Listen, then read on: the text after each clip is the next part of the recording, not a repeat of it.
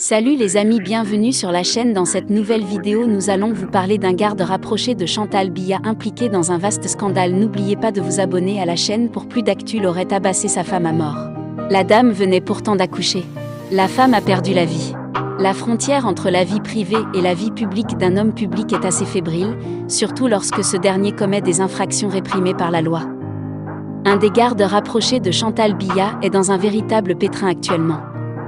C'est ce que révèle le lanceur d'alerte Nuit Manteau dans une de ses récentes publications sur sa page Facebook.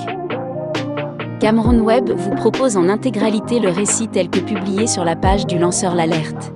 Le soldat en question se nommerait Abanda Mampierre Magloire.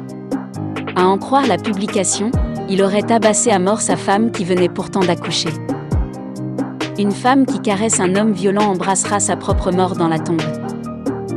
C'est par cette métaphore à titre introductif que Piment Info de ce jour mettra à jour le visage ténébreux d'un assassin dont l'épouse décédera sous l'assaut quotidien des coups. Mr Abanda Mampierre Magloire de la garde rapprochée de la première dame Chantal Biya est marié à Madame Enoa et Sangrut avec qui ils ont plusieurs enfants. Au début de leur idylle, l'homme en tenue fut un mari attentionné et romantique dont chaque geste enchantait son épouse jusqu'à ce que ce dernier se transforme en un Don Juan multipliant conquêtes et relations adultérines.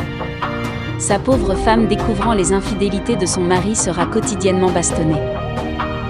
Prise dans l'enfer de la violence conjugale, elle renoncera malheureusement à quitter son futur assassin car l'amour de ses enfants est plus fort que l'humiliation et les coups. La nuit dernière, alors que celle-ci était au téléphone avec sa famille, la communication va s'interrompre. Les tentatives de la joindre resteront vaines.